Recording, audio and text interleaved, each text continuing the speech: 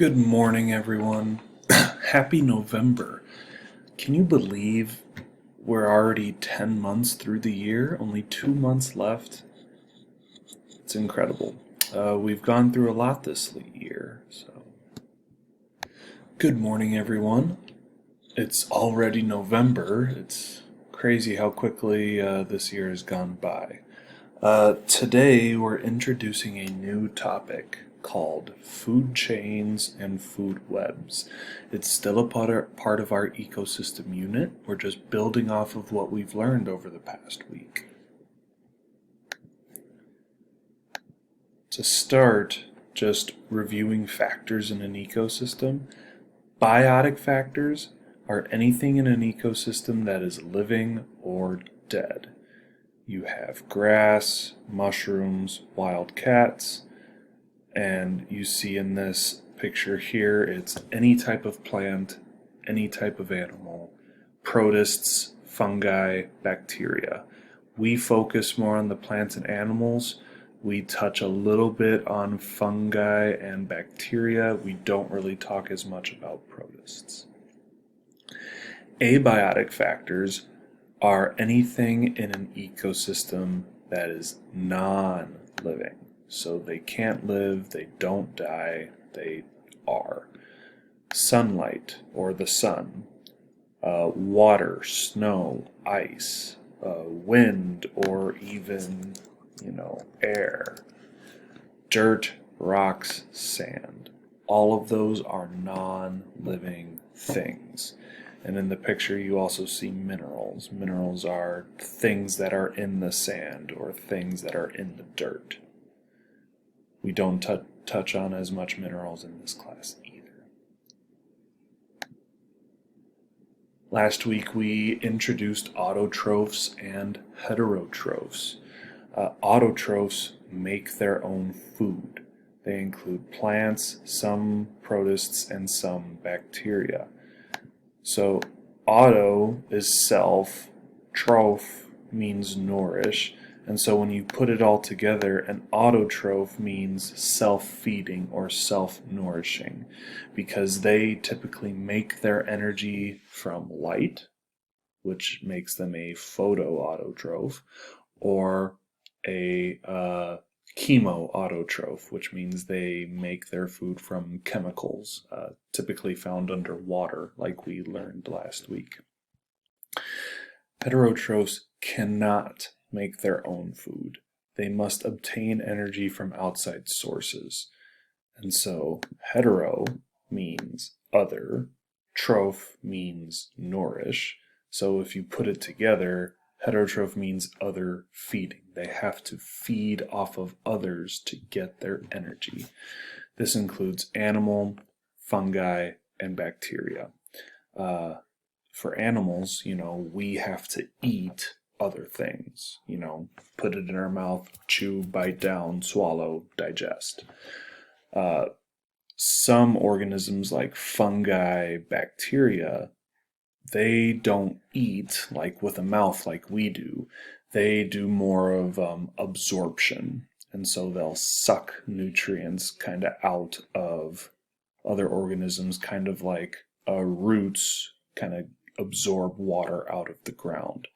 Fungi just do it with animals or other organisms. Types of consumers. Carnivores only eat meat. They must consume other animals for energy. Herbivores only eat plants. They consume producers for energy. And omnivores can eat both plants and meat. They consume either producers or other animals for energy. And you can see pictures here of some examples of each. Carnivore, meat. Herbivore, plant. Omnivore, both meats and plant.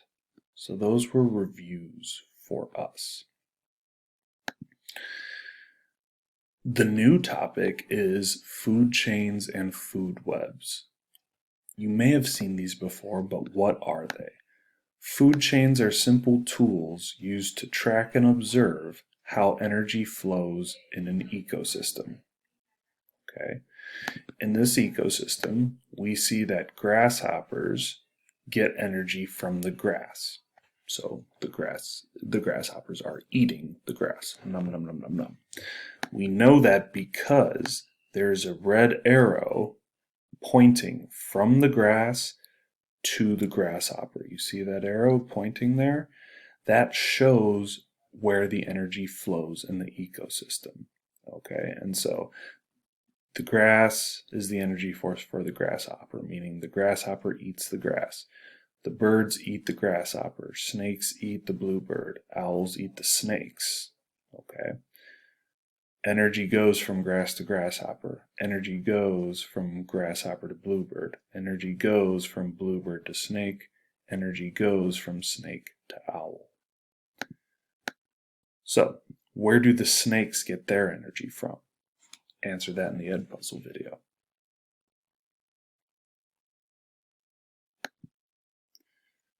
Food webs are similar to food chains. You'll notice that this food web is much more complex. There are a lot of organisms in the picture, and that is because food webs are multiple food chains combined. So like you can see the shrub here. The shrub gets eaten by the rabbit gets eaten by the mountain lion. That would be one food chain. You could also have the grass gets eaten by the grasshopper gets eaten by the shrew gets eaten by the snake gets eaten by the mountain lion. That is another food chain in this food web.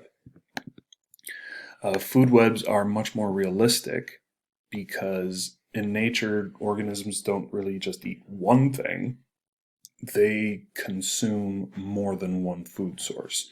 So like a mountain lion doesn't only eat rabbits.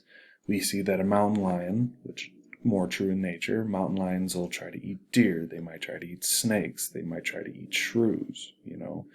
It's more realistic because we eat more than one thing. In the Edpuzzle video, which two organisms does the snake get energy from? So remember, the snake in this picture got energy from the bluebird because there's an arrow pointing from the bluebird to the snake. So in this food web, which two organisms does the snake eat? Where does energy flow to the snake? Answer in the Edpuzzle video. So a couple practices. You'll answer these in the Edpuzzle video. Where do foxes get their energy from? Where do eagles get their energy from? Where do rats get their energy from? And so when you hear the word energy from, that kind of gives you an idea, oh, the arrow is pointing to that organism because they are eating it. Food web practice, real quick.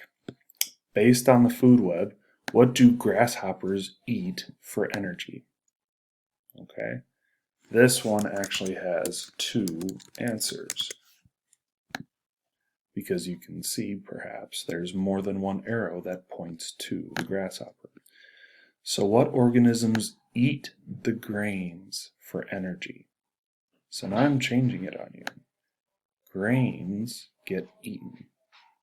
So what organisms are eating the grains? Answer in the Edpuzzle video now. Awesome introduction for us. And I'm making a video, honey. My wife just wanted to know what we were learning about. She loves learning about animals and ecosystems too, so she was just really curious. This was a great introduction for us. What you're going to see now, I'm going to add a slide here. Today's assignment. Complete the food chain and food web practice on a Google Doc it will be linked to the Google Classroom. Okay, if you have time, review our checklist from Friday, October 30th.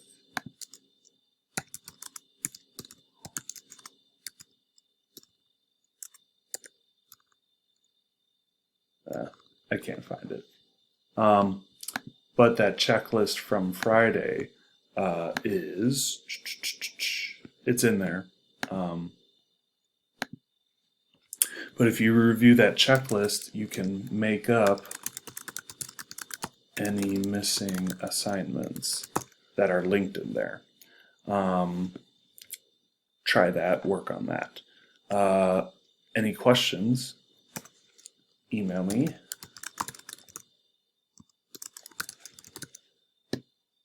But I also know some of us like to do the private comments in the assignment. Totally cool too. Okay, so that'll be your job. Complete the food chain and food web practice in the Google Doc. That is going to look like this.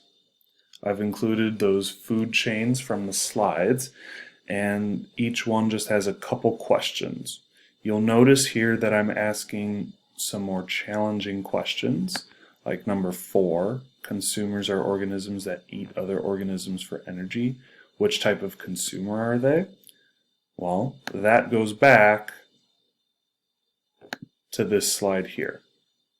Carnivores, herbivores, and omnivores. So you'll use this video, you'll use our learning and apply it to food chains and food webs for additional practices. This will be due Wednesday, and so you'll have a couple days to work on it, but I wouldn't wait to the last minute. Try it now. Let me know if you have questions. Hope you all have a fantastic day. Bye.